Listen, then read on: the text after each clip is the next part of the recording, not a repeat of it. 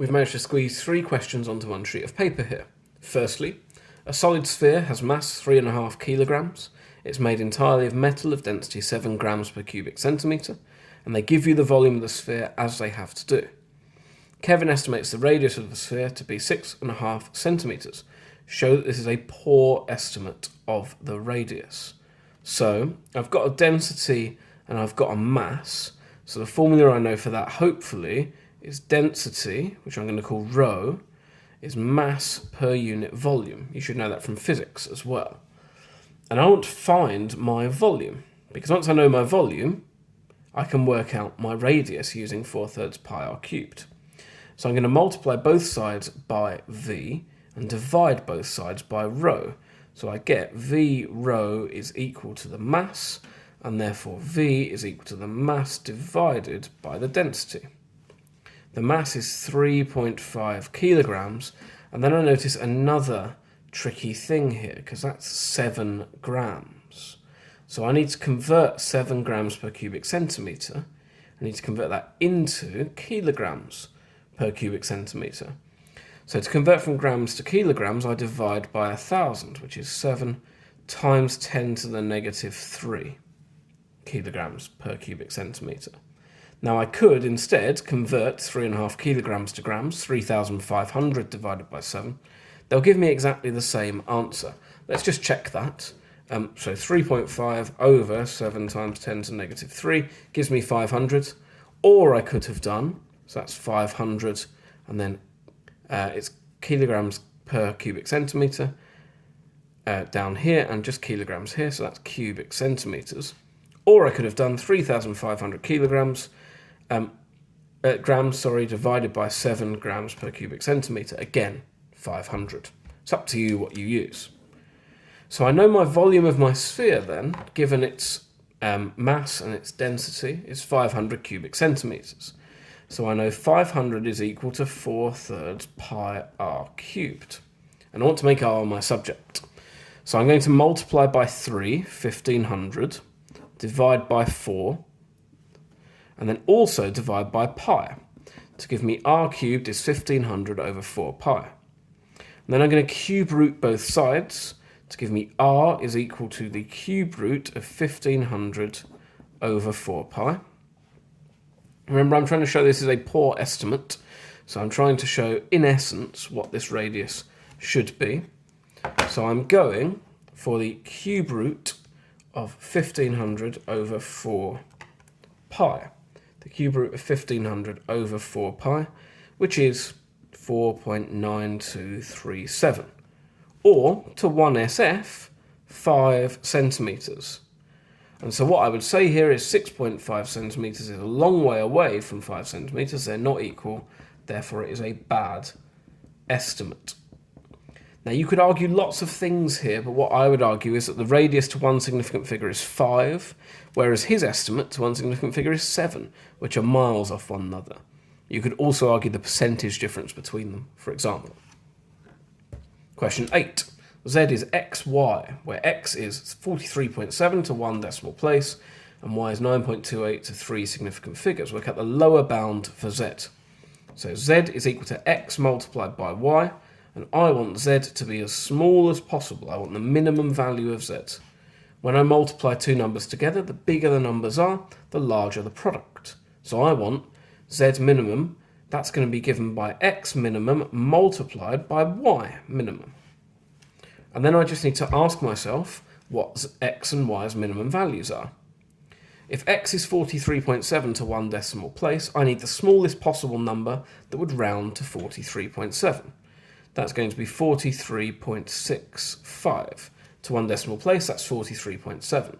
If I had 43.649, for example, that would round down to 43.6.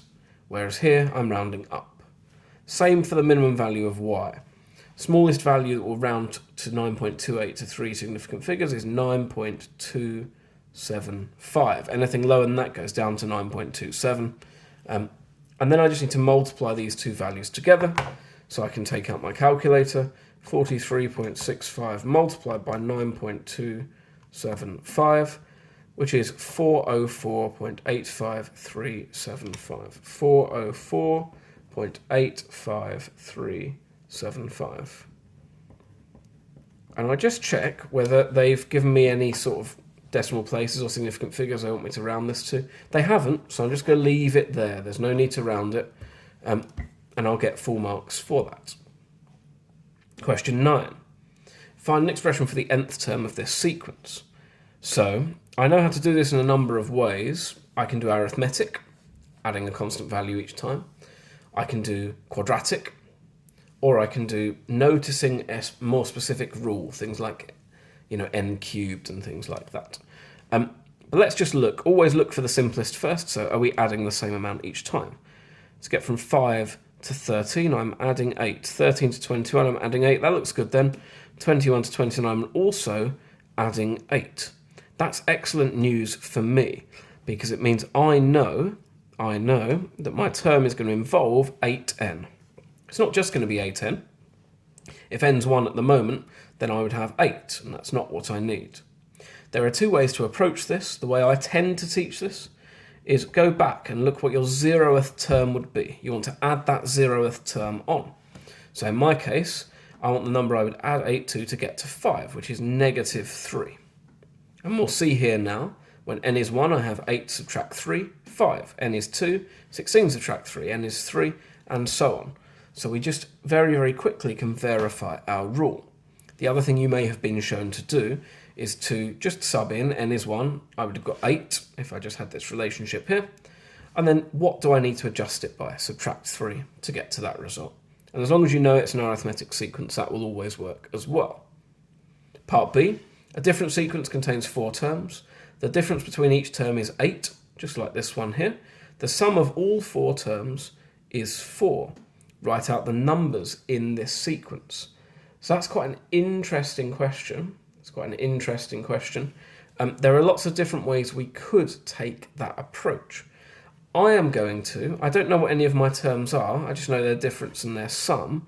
Let's just call the first term x then, because that lets me write some things down. I don't know if this is going to work yet, but it seems like it would be a good approach.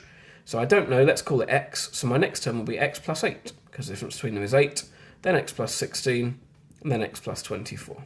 Difference between all of those terms, neighbouring terms, is 8, so that works. So I use my other piece of information to solve this, hopefully. The sum of all 4 terms is 4. So I'm going to add these 4 things together. X plus 8 plus x plus 16 plus x plus 24, we know, is equal to 4. So I now have an algebraic equation. I have one unknown and I have one equation, so I can solve for x. So let's do that. X plus x plus x plus x is 4x. 8 add 16 is 24, add 24 is 48, is equal to 4. I subtract 48 from both sides, 4x is equal to -44, and then I divide by 4, x is equal to -11. So my first term is -11, let's go on the answer line, -11, then I add 8 to it, -3, I add 8 to it, 5, I add 8 to it, 13. So the difference between all of those is indeed 8, and I'll just check that their sum is 4 for peace of mind. So I have, let's clear this, -11 plus -3 plus 5 plus 13. Oh, I've pressed the wrong button there. Plus 5 plus 13 is indeed 4, giving me peace of mind that question 9 is sorted.